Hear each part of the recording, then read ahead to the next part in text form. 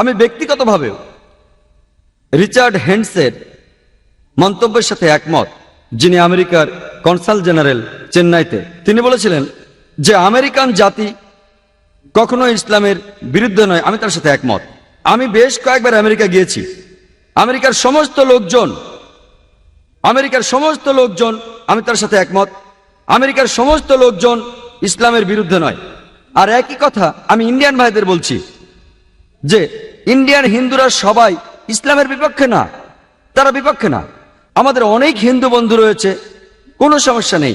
এটা হতে পারে ছোট্ট একটা দল ইন্ডিয়ানদের নিজেদের সুবিধার জন্য তারা ইসলামের নিন্দা করে। এটা হতে পারে ছোট্ট একটা দল ইউরোপিয়ানদের নিজেদের লাভের জন্য তারা চেষ্টা করে ইসলামের নিন্দা করতে, তাদের নিজেদের ব্যক্তিগত কারণ। কিছু মানুষ কারণ তারা ক্ষমতা যেতে চায়। এটা একটা সহজ ভোট ব্যাংক, দুই ধর্মের মানুষকে আলাদা করে রাখা। কিছু মানুষ রাষ্ট্রপ্রধানের ভুলগুলোকে নিয়ে যায় অন্য পথে, তার চিন্তাটাকে অন্যদিকে নিয়ে যায়, অন্য আরেক ঘটনা তৈরি করে ইসলামকে তোপের মুখে রেখে।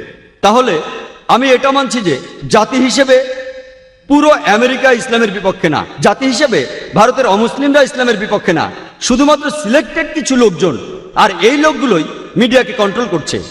একবার টাইম ম্যাগাজিনে একটা আর্টিকেল এসেছিল এপ্রিল মাসের 16 তারিখ 1979 সালে। লেখা ছিল 60,000-এরও বেশি বই লেখা হয়েছে ইসলামের বিপক্ষে মাত্র 150 বছরের মধ্যে। 60,000-এরও বেশি বই ইসলামের বিপক্ষে লেখা হয়েছে মাত্র 150 বছরের মধ্যে। আপনি যদি হিসেব করেন টাইম ম্যাগাজিনের এই আর্টিকেল অনুযায়ী প্রত্যেক দিন ইসলামের বিপক্ষে একটার বেশি বই লেখা হয়েছে, প্রত্যেক দিন। আর মিডিয়া, আমি মিডিয়াকে দোষ দেব, আর দোষ দেব পলিটিশিয়ানদের। আমাদের আজকের এই সমস্যার জন্য আমার মতে দায়ী, এই সমস্যার জন্য মিডিয়া আর পলিটিশিয়ানরা। আমার কথায় যদি কেউ আহত হয়ে থাকেন তাহলে আমি দুঃখিত, কারণ আমি কাউকে আঘাত করতে চাইনি। এটা জাস্ট আমার মতামত। আপনি যদি মিডিয়াকে ভালো করে দেখেন, আমি জানি এখানে অনেক সাংবাদিক আছেন। সকালেও আমি বলেছিলাম যে অধিকাংশ সাংবাদিকই আছেন সত্যবাদী, আর তারা বেশ ভালো। বিপক্ষে রয়েছে বেশিরভাগ মানুষ, অর্ধেকেরও বেশি। এর মানে কিন্তু সবাই না, এর মানে অর্ধেকেরও বেশি। আর আপনি যদি ভালোভাবে দেখেন যে আজকে বিশেষভাবে মুসলমানদের টার্গেট করছে মিডিয়া। যেমন ধরুন, যদি কোনো মুসলমান মহিলা পরেন হিজাব, সে টার্গেট হবে। একই সাথে গির্জার নানদের দেখেন, তারাও কিন্তু পরে থাকেন একই রকম পোশাক, পুরো শরীর ঢাকা, মুখ আর হাতের কবজি থেকে খোলা থাকে। মানুষ তাদের শ্রদ্ধা করেন। কেন? পার্থক্যটা কোথায়? যদি কোনো মুসলমান দাড়ি রাখেন তার মানে হচ্ছে সে সন্ত্রাসী, কিন্তু শিখরা ওরাও দাড়ি রাখে, কোনো সমস্যা নেই। ওরা পাগড়ি পরে, তাতেও সমস্যা নেই।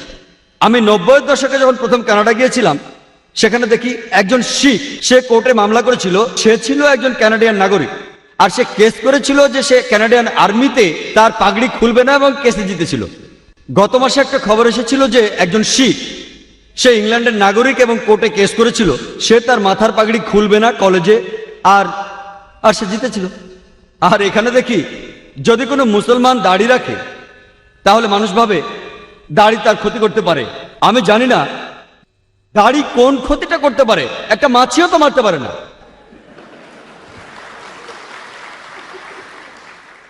একটা টুপি কি ক্ষতি করতে পারে? কেউ কোনো অস্ত্র নিয়ে ঘুরে বেড়াচ্ছে, তাকে অ্যারেস্ট করুন, ভালো কথা। কেউ সন্দেহজনক কিছু নিয়ে বেড়াচ্ছে, তাকে প্রশ্ন করুন, ভালো কথা। কিন্তু চিন্তা করুন, দাড়ি একটা মাছিরও কিছু করতে পারে না। আর যদি ভালো করে দেখেন, বেশিরভাগ ধর্মেরই ধার্মিক লোকদের দাড়ি আছে। যীশু খ্রিস্ট, যিনি ইসলাম ধর্মেরও একজন নবী, আবার অনেক খ্রিস্টানেরাই উনাকে মনে করে তাদের সৃষ্টিকর্তা, উনারও দাড়ি ছিল। সব সাধু সন্ন্যাসীদেরও দাড়ি আছে। বেশিরভাগ ধর্মে গুরুত্বপূর্ণ লোকদের, মানে বেশিরভাগ ধার্মিক লোকদের, যদি ধর্মগুলো একটু ভালো করে দেখেন, উপরের সারির দিকে তাদেরও দাড়ি আছে। তাহলে দাড়ি থাকলে সমস্যা কি? আসলে কোনো সমস্যাই নেই। এটা হচ্ছে মিডিয়ার এক ধরনের প্রতারণা। এটা আসলে মিডিয়া বানিয়ে মুসলমানদের টার্গেট করাচ্ছে। আর এর ফলে এখনকার পৃথিবীর অবস্থা হচ্ছে যে ইসলাম সম্পর্কে একটা ভুল ধারণা আছে, এবং মুসলমানদেরও দোষ দেব যে আমরা তাদের কাছে সত্যি কথাটা পৌঁছে দিতে পারছি না, একেবারেই পারছি না। এদিকে কোরআনের বেশ কিছু আয়াত প্রসঙ্গ ছাড়াই উল্লেখ করা হয়েছে। আর কোরআনের একটা বিখ্যাত আয়াত যেখানে সমালোচকরা বলছে যে কোরআন বলছে যদি কোনো অমুসলিমকে দেখো তাকে মেরে ফেলো। আর ইন্ডিয়ার একজন বিখ্যাত সমালোচক যার নাম অরুণ সুরি, তিনি একটা বই লিখেছেন এ ওয়ার্ল্ড অফ ফতোয়া। তিনি কোরআনের উদ্ধৃতি দিয়ে লিখেছেন সূরা তাওবার 5 নম্বর আয়াতে উল্লেখ আছে, তার মধ্যে কোরআন বলছে যদি কোনো কাফেরের সাথে দেখা হয়, ব্র্যাকেটের মধ্যে হিন্দু, যদি কোনো কাফেরের সাথে দেখা হয় ব্র্যাকেটে হিন্দু, তাকে মেরে ফেলো, তার বিরুদ্ধে যুদ্ধের সব প্রস্তুতি নিয়ে রাখো। তাহলে ভেবে দেখুন, যদি কোনো সাধারণ নিরীহ হিন্দু এটা পড়ে, কোরআন বলে যদি কোনো হিন্দুর সাথে দেখা হয় তাকে মেরে ফেলো, তাহলে তখনই তার একটা প্রতিক্রিয়া হবে, লোকটা ইসলামের বিরুদ্ধে চলে যাবে। সমস্যা হচ্ছে কিছু হাতে গোনা লোক তাদের নিজেদের উদ্দেশ্য পূরণ করতে চাচ্ছে, কারণ তারাই এই বইগুলো লিখছে, যেমন এ ওয়ার্ল্ড অফ ফতোয়া। ইনিও অন্যান্য সমালোচকদের মতো কোরআনের উদ্ধৃতি দিয়েছেন। প্রথমে সূরা তাওবার 5 নম্বর আয়াত থেকে বলেছেন, আবার 5 নম্বর আয়াত থেকে 7 নম্বরে গেছেন সরাসরি। একজন জ্ঞানী লোক বুঝতে পারবেন কেন এটা করেছে, কারণ 6 নম্বর আয়াতই আসল চাবি, সব অভিযোগের উত্তর সেখানে। শানে নজুল সহ যদি সূরা তাওবা আপনারা পড়েন, এর প্রথম দিকে বলা হচ্ছে একটা শান্তি চুক্তির কথা মুসলমান আর মক্কার মুশরিকদের মধ্যে। এই শান্তি চুক্তিটা ইচ্ছা করে ভেঙেছিল মক্কার মুশরিকরাই। আর তখনই মহান আল্লাহ 5 নম্বর আয়াতে বলেন যে যুদ্ধের ময়দানে যখনই তোমার শত্রুকে দেখতে পাবে, কাফির মানে অবিশ্বাসী শত্রু, যখনই তোমার শত্রুকে দেখতে পাবে ওকে মেরে ফেলো। যুদ্ধের ময়দানে যদি কেউ প্রসঙ্গ ছাড়া উদ্ধৃতি দেন সেটা হাস্যকর হবে। চিন্তা করুন, প্রায় 40 বছর আগে আমেরিকার সাথে যখন ভিয়েতনামে যুদ্ধ চলছিল, তখন যদি আমেরিকান আর্মি জেনারেলরা বা আমেরিকার প্রেসিডেন্ট যুদ্ধের ময়দানে আমেরিকান সৈন্যদের বলে যে আমার সৈন্যরা তোমরা ভয় পেও না, যেখানে কোনো ভিয়েতনামীকে দেখবে মেরে ফেলো, এটা তারা বলেছে সাহস দেওয়ার জন্য।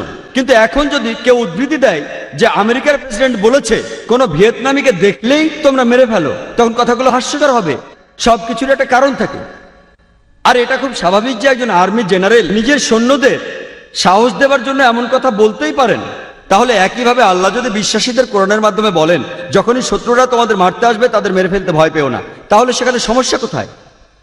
আর এর পরে 6 নম্বর আয়াতে বলছেন যে অবিশ্বাসীরা যদি নিরাপত্তা চায় তাদের কিন্তু ছেড়ে দিতে বলা হচ্ছে না।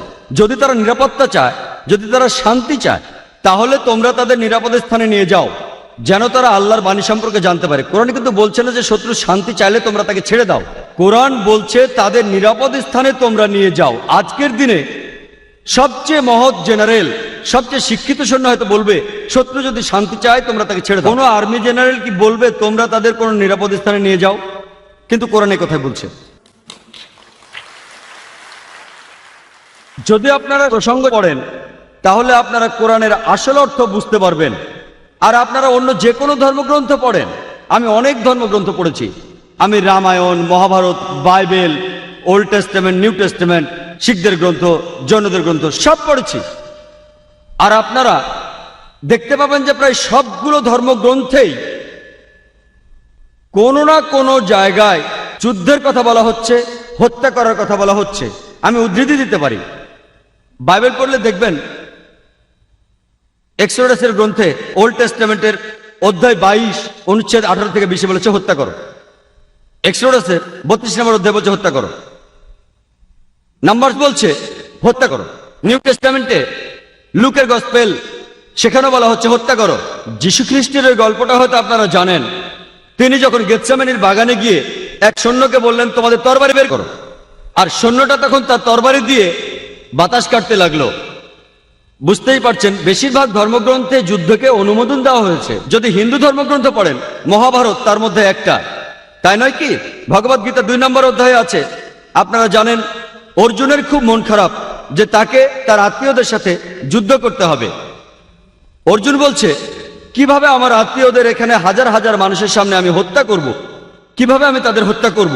তাহলে এই অর্জুনকে তখন উপদেশ দিলেন তার ভগবান কৃষ্ণ। আর ভগবান কৃষ্ণ তাকে বললেন সত্যই সবচাইতে বড়, আর তুমি যখন সত্যের পক্ষে তখন তোমার শত্রুকে সেটা বড় কথা নয়, হোক তার আত্মীয় বা অন্য কিছু। আর কথাটা ঠিক, সত্যের জায়গা হচ্ছে অনেক উপরে, রক্তের সম্পর্কের চেয়েও। একই কথা পবিত্র কোরআনের সূরা নিসার 135 নম্বর আয়াতে বলা হয়েছে যে ইয়া আইয়ুহাল্লাযীনা আমানু, ও বিশ্বাসীরা সুবিচারের পক্ষে শক্ত হয়ে দাঁড়াও, সৃষ্টিকর্তার পক্ষে দাঁড়াও। এমনকি যদি তোমার বিপক্ষেও যায়, তোমার বাবা মার বিপক্ষে যায়, ধনী বা গরিবের বিপক্ষে যায়, নিশ্চয়ই আল্লাহ রক্ষাকারী। যদি আপনারা অন্যান্য ধর্মগ্রন্থগুলো পড়েন, প্রায় সব গ্রন্থে কোথাও না কোথাও কোনো না কোনো সময়ে যুদ্ধের কথা বলা হয়েছে। তার মানে এই না যে আপনি এক্সোডাস থেকে উদ্ধৃতি দেবেন অথবা ভগবদ্গীতা থেকে উদ্ধৃতি দিয়ে বলবেন যে এটা সবার জানা। ভগবদ্গীতা বলে তোমার আত্মীয়দের মেরে ফেলো, এটা প্রসঙ্গ ছাড়া উদ্ধৃতি। তাহলে বুঝতেই পারছেন যে ধর্মগুলোকে ভালোভাবে বুঝতে হলে আপনাকে যা করতে হবে তা হলো ধর্মগ্রন্থগুলো ভালোভাবে পড়া। আর যদি ধর্মগ্রন্থগুলো পড়েন তাহলে জানতে পারবেন সেখানে কি লেখা আছে, আর ওই গ্রন্থগুলো এইসব ধর্মের আসল উৎস। আপনারা জানেন যে পবিত্র কোরআনের সূরা আল মায়দার আয়াত নম্বর 32-এ বলছে, যদি কেউ কাউকে হত্যা করে, হোক সে মুসলিম বা অমুসলিম, যদি সেটা খুনের অপরাধ বা অন্য কোনো অন্যায়ের জন্য না হয়, তাহলে সে যেন পুরো মানুষ জাতিকে হত্যা করলো। কোরআন বলছে যদি কোনো মানুষ, হোক সে মুসলিম বা অমুসলিম, কাউকে হত্যা করে, হোক সে মুসলিম বা অমুসলিম, সেটা যদি খুনের অপরাধ বা অন্য কোনো অন্যায়ের জন্য না হয়, তাহলে সে যেন পুরো মানুষ জাতিকে হত্যা করলো। এখানে আরো বলা হয়েছে, আর যদি কেউ কোনো মানুষকে বাঁচায়, তাহলে সে যেন পুরো মানুষ জাতিকে রক্ষা করলো। আর যখন কিতালের কথা আসে, আল্লাহ তাআলার পথে যুদ্ধ করার নামই হলো কিতাল। সেখানেও আছে কিছু নিয়ম কানুন। পবিত্র কোরআন এবং প্রিয় নবী মুহাম্মদ সাল্লাল্লাহু আলাইহি ওয়াসাল্লামের হাদিসে বলা হচ্ছে, যখন আর কোনো উপায় থাকে না, যখন যুদ্ধ করতে হবে শত্রুর সাথে, সেখানেও বেশ কিছু নিয়ম কানুন আছে। আর আল্লাহ পবিত্র কোরআন সূরা বাকারার 190 নম্বর আয়াতে বলছেন যে তাদের সাথে যুদ্ধ করো যারা তোমাদের সাথে যুদ্ধ করে, কিন্তু বাড়াবাড়ি করো না, সীমা অতিক্রম করো না, কারণ আল্লাহ সীমা অতিক্রমকারীদের পছন্দ করেন না। এছাড়াও সূরা আল বাকারার 194 নম্বর আয়াতে বলা হয়েছে, যুদ্ধ করো যারা তোমাদের সাথে যুদ্ধ করে ততক্ষণ পর্যন্ত যতক্ষণ না শান্তি বিরাজ করে। কোরআন ও হাদিসে বারবার নিয়ম কানুনের কথা বলা হচ্ছে। যখন উপায় থাকবে না, এই নিয়ম মেনেই আল্লাহর পথে যুদ্ধ করতে হবে। সেখানে আপনারা দেখবেন যখন যুদ্ধ করব, আমরা মহিলাদের ক্ষতি করব না, আমরা শিশুদের ক্ষতি করব না, বাড়ির ভেতর বয়স্ক লোকদের ক্ষতি করব না, আমরা মন্দির ভাঙবো না, গির্জা ভাঙচুর করব না, আমরা গাছপালা পোড়াবো না, গাছপালা কেটে ফেলবো না, আমরা শস্য ক্ষেত পোড়াবো না, পশু পাখি হত্যা করবো না, এমন আরো অনেক নিয়ম মানতে হবে। একটা বইয়ের কথা বলি যেটা লিখেছেন রামকৃষ্ণ রাও। সেটা লিখেছেন মহানবী হযরত মুহাম্মদ সাল্লাল্লাহু আলাইহি ওয়াসাল্লামের জীবনের উপরে। তিনি লিখেছেন যে আমাদের নবীর জীবদ্দশায় যতগুলো যুদ্ধ হয়েছে সেই সময়ে, মোট 22 বছরে, তিনি নিজে থেকে একটা হিসেব বের করেছেন যে 1018 জন মানুষ মারা গেছে ওই যুদ্ধে। কতজন? 1018 জন। আপনারা প্রথম বিশ্বযুদ্ধের পরিসংখ্যান জানেন? কতজন মানুষ মারা গিয়েছিল? কতজন মারা গিয়েছিল? কতজন? 2 কোটি মানুষ, 1 কোটি সৈন্য, 1 কোটি সাধারণ মানুষ। দ্বিতীয় বিশ্বযুদ্ধ 3 কোটি মানুষ মারা গিয়েছিল আর 3.5 কোটি আহত হয়েছিল। তুলনা করেন। আপনারা যদি পেছনের দিকে ভালো করে তাকান, তাহলে কোরআনের আয়াতগুলোর অর্থ এবং তাৎপর্য খুব ভালোভাবে উপলব্ধি করতে পারবেন। একটা খুব কমন অভিযোগ আছে ইসলামের বিরুদ্ধে, যেটা 1 নম্বর অভিযোগ, একটা ভুল ধারণা যে ইসলামের প্রসার ঘটেছে তরবারির মাধ্যমে। ইসলাম শব্দটা এসেছে সালাম থেকে, যার অর্থ শান্তি। ইসলাম এসেছে সালাম থেকে, যার অর্থ শান্তি, যার অর্থ স্রষ্টার কাছে নিজের ইচ্ছাকে সমর্পণ করা। যখন কেউ মহান স্রষ্টার কাছে নিজের ইচ্ছাকে সমর্পণ করে শান্তির জন্য, তখন সে মুসলমান। চিন্তা করুন, যদি আপনারা অনুবাদ করেন যে ইসলাম ছড়ানো হয়েছে তরবারি দিয়ে, তার মানে শান্তি ছড়ানো হয়েছে তরবারি দিয়ে। আর ইসলাম প্রথাগতভাবে যুদ্ধের বিপক্ষে কথা বলে, কিন্তু কোনো উপায় না থাকলে শক্তি প্রয়োগ করা যাবে। আর এটা তো সবারই জানা আছে, এই পৃথিবীর প্রত্যেকটা দেশেই পুলিশ আছে। এই পুলিশে শক্তি প্রয়োগ করে। যখন কোনো সাধারণ মানুষ, কোনো নাগরিক বা অন্য কেউ সেই দেশের আইন ভঙ্গ করে, পুলিশ তখন শক্তি প্রয়োগ করে সেই দেশের শান্তি রক্ষা করার জন্য। তাহলে প্রত্যেক দেশে পুলিশ আছে, তারা শক্তি প্রয়োগ করে, সঙ্গে অস্ত্র রাখে। এদিকে ইসলাম কিন্তু যুদ্ধের বিপক্ষে।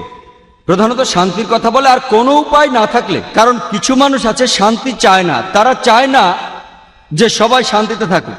ওদেরকে কন্ট্রোল করার জন্য শেষ উপায় হিসেবে ইসলাম শক্তি প্রয়োগ আর যুদ্ধের অনুমতি দেয়। শেষ উপায় হিসেবে ইসলাম তরবারে দিয়ে ছড়ানো হয়েছে, এই ভুল ধারণাটার উত্তর বেশ ভালোভাবেই দিয়েছেন একজন বিখ্যাত ঐতিহাসিক যার নাম ডি লেসি ওলেরি। তিনি তার বই ইসলাম অ্যাট দ্য ক্রস রোডের 8 নম্বর পৃষ্ঠায় লিখেছেন যে ইতিহাসে এটা পরিষ্কার যে মুসলমানদের তরবারি হাতে নিয়ে ইসলাম ছড়ানো আর বিভিন্ন দেশ জয় করার আজগুবি এই গল্পটা মিথ্যে ছাড়া কিছুই নয়। এই অত্যন্ত মুখরোচক মিথ্যেটাকে বারবার বলা হয়েছে গল্প আকারে।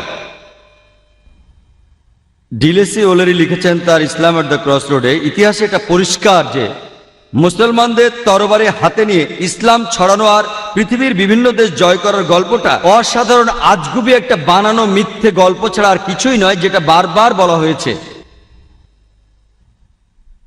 আর আমরা জানি যে মুসলমানরা, আমরা স্পেনে 800 বছর রাজত্ব করেছি, আমরা সেখানে তরবারি দিয়ে কাউকে ইসলাম গ্রহণ করতে বাধ্য করিনি। পরবর্তীতে ক্রুসেডরা এসে যখন মুসলমানদের সরিয়ে দিল, সেই সময় একজন মুসলমানও প্রকাশ্যে আজান দিতে পারত না। মুসলমানরা মানে আমরা গত 1400 বছর ধরে আরব বিশ্বে রাজত্ব করছি। কিছু সময় ব্রিটিশ শাসন করেছে, কিছু সময় ফ্রেঞ্চ শাসন করেছে। এই সময়টা বাদে পুরো 1400 বছর ধরে মুসলমানরা আরব বিশ্বে রাজত্ব করছে।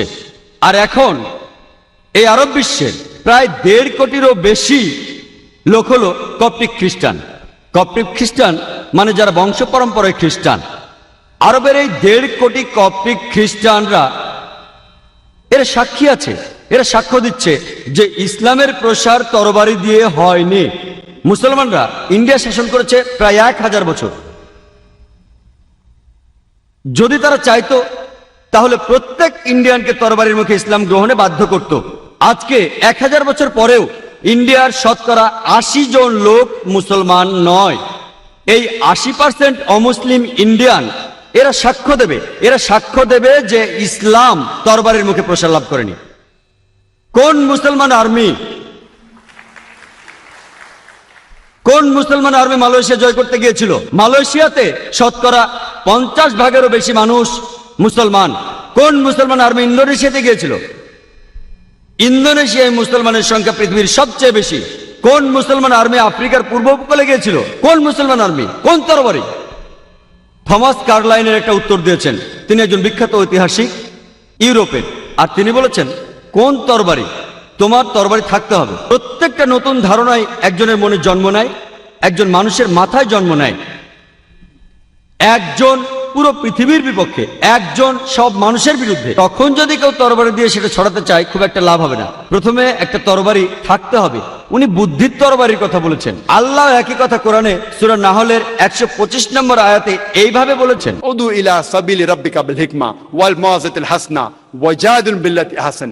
তাদের জ্ঞানের কথা বলো আর সুন্দরভাবে আল্লাহর পথে নিয়ে এসো। তাদের যুক্তি দেখাও যেটা সবচেয়ে ভালো আর যেটা সবচেয়ে গ্রহণযোগ্য। আমাদের পরিসংখ্যান আছে যে প্লেন ট্রুথ ম্যাগাজিনে একটা আর্টিকেল এসেছিল, যেটা রিডার্স ডাইজেস্টের অ্যালমানাক ইয়ারবুক 1986 সালের একটা কপি ছিল। সেখানে একটা পরিসংখ্যান ছিল গত 50 বছরে বিভিন্ন ধর্মের অনুসারীরা সংখ্যায় কত বেড়েছে 1934 থেকে 84 সালের মধ্যে। আর এই পরিসংখ্যানে 1 নম্বরে ছিল সবচেয়ে বেশি বেড়েছে ইসলাম, 235%। অর্থাৎ 50 বছরে ইসলাম বেড়েছে 235%, খ্রিস্টান বেড়েছে মাত্র 47%। আমি একটা প্রশ্ন করছি, কোন যুদ্ধ কি হয়েছে 1934 থেকে 84 মধ্যে, যে যুদ্ধের কারণে অমুসলিমরা ইসলাম ধর্ম গ্রহণ করেছে? কোন যুদ্ধটা? এখন আমেরিকার সবচেয়ে জনপ্রিয় ধর্ম হচ্ছে ইসলাম, ইংল্যান্ডের সবচেয়ে জনপ্রিয় ধর্ম ইসলাম। আমি আবার প্রশ্ন করছি যে কোন মুসলমান আমেরিকানদেরকে ইসলাম গ্রহণ করতে বাধ্য করেছে? আমি আবার প্রশ্ন করছি যে কোন মুসলমান ইউরোপিয়ানদেরকে ইসলাম গ্রহণ করতে বাধ্য করেছে? আমেরিকানদের কথা বলার স্বাধীনতা আছে, ইউরোপের কথা বলার স্বাধীনতা আছে। ইসলাম যদি মহিলাদের অত্যাচার করে, তাহলে অমুসলিম মহিলারা ইসলাম গ্রহণ করে কেন? যারা মুসলমান হচ্ছে তাদের 3 ভাগের 2 ভাগই মহিলা, সেটা কিভাবে? কারণ ইসলামের সমস্যার সমাধান আছে, পুরো মানুষ জাতির জীবন বিধান আছে। আমেরিকার একটা পরিসংখ্যান কোম্পানি যাদের অফিস ওয়াশিংটনে, তারা বলেছে 11ই সেপ্টেম্বরের মাত্র 2 মাস পরে 20,000 লোক ইসলাম গ্রহণ করেছে।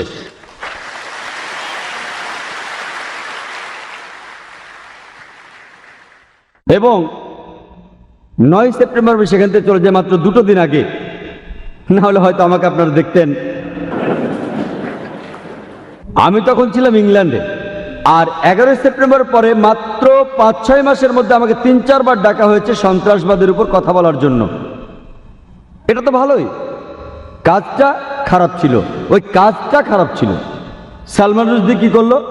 আমাদের নবীর বিরুদ্ধে লিখলো, সেটা খারাপ, কিন্তু মানুষ জানতে চাইলো সালমান রুশদি কি নিয়ে লিখেছে, সেটা জানার জন্য তারা কোরআন পড়লো এবং মুসলমান হয়ে গেল।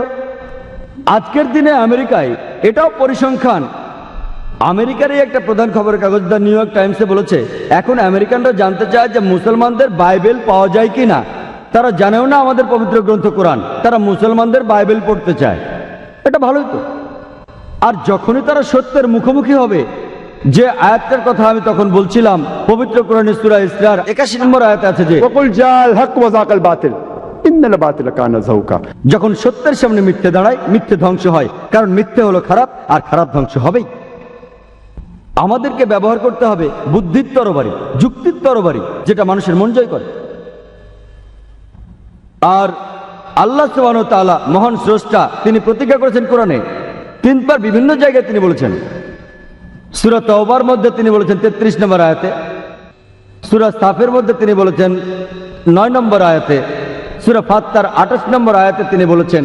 এই কথাগুলো তিনি 3 জায়গায় একইভাবে বলেছেন। هو الذي أرسل رسوله بالهدى والدين الحق ليظهره على الدين كله ولو كره المشركون। আল্লাহ তার দূত পাঠিয়েছেন পথ নির্দেশ আর সত্যের ধর্ম দিয়ে, যে ধর্ম অন্য সব ধর্মের উপরে, আর ইসলাম ধর্ম হচ্ছে অন্য সব ধর্মের উপরে। এবং আল্লাহ বলেন অবিশ্বাসীরাও এই ধর্ম পছন্দ করে। আর সূরা ফাতার 28 নম্বর আয়াতে আল্লাহ আরো বলেছেন وكفى بالله شهيدا and enough if Allah has a witness।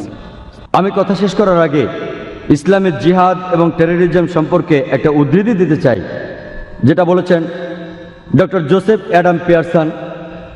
তিনি বলেছেন লোকে দুশ্চিন্তা করে যে কোনো একদিন পারমাণবিক বোমা চলে যাবে সরাসরি আরবদের হাতে। তারা বুঝতে পারে না যে ইসলামের বোমা অনেক আগেই পৃথিবীতে পড়েছে, সেদিন পড়েছে যেদিন হযরত মুহাম্মদ সাল্লাল্লাহু আলাইহি সাল্লাম জন্মগ্রহণ করেছেন। ওয়া আখিরু দাওয়ানা আলহামদুলিল্লাহি রাব্বিল আলামিন।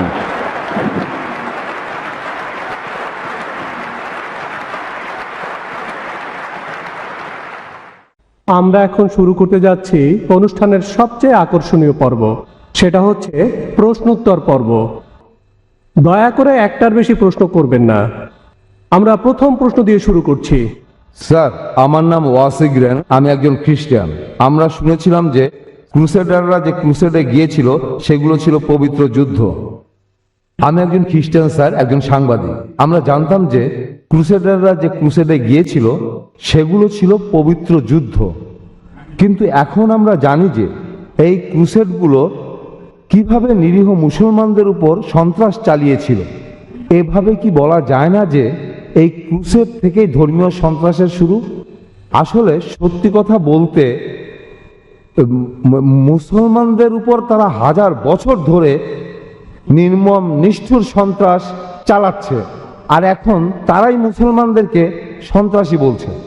ইউরোপিয়ান আর আমেরিকানরা ক্রুসেডকে, পবিত্র যুদ্ধ আর ধর্মপ্রাণ মুসলমানদেরকে সন্ত্রাসী বলছে কেন স্যার? প্রশ্নটা আপনি ভালোই করেছেন। উনি একজন খ্রিস্টান, তিনি নিজেই বললেন যে উনি জানতেন ক্রুসেড হচ্ছে পবিত্র যুদ্ধ। আমিও আপনাদের বলেছি মুসলমানেরা এই পবিত্র যুদ্ধকে বলেছে জিহাদ। এক এক জায়গায় এক এক নাম। আর যুদ্ধ যখন ক্রুসেড, তখন মানুষের সামনে এটাকে তুলে ধরা হচ্ছে যে এটা একটা পবিত্র যুদ্ধ। আর তিনি একজন সাংবাদিক, তারপরও তিনি স্বীকার করলেন যে এই ক্রুসেড নিরীহ মুসলমানদের উপর নির্মমভাবে সন্ত্রাস চালিয়েছে। আমি এই সম্পর্কে আগে কিছু বলিনি, কারণ আমি এখানে ইসলাম ধর্মের উপর কথা বলছি, অন্য কোনো ধর্মের উপর কথা বলছি না, কোনো সমালোচনা করছি না, আর করতেও চাই না। আমি শুধু বলছি যে প্রত্যেক ধর্ম শান্তি রক্ষার জন্য যুদ্ধ করার অনুমতি দেয়। আমি অন্য কোনো ধর্মের কথা বলছি না বা কোনো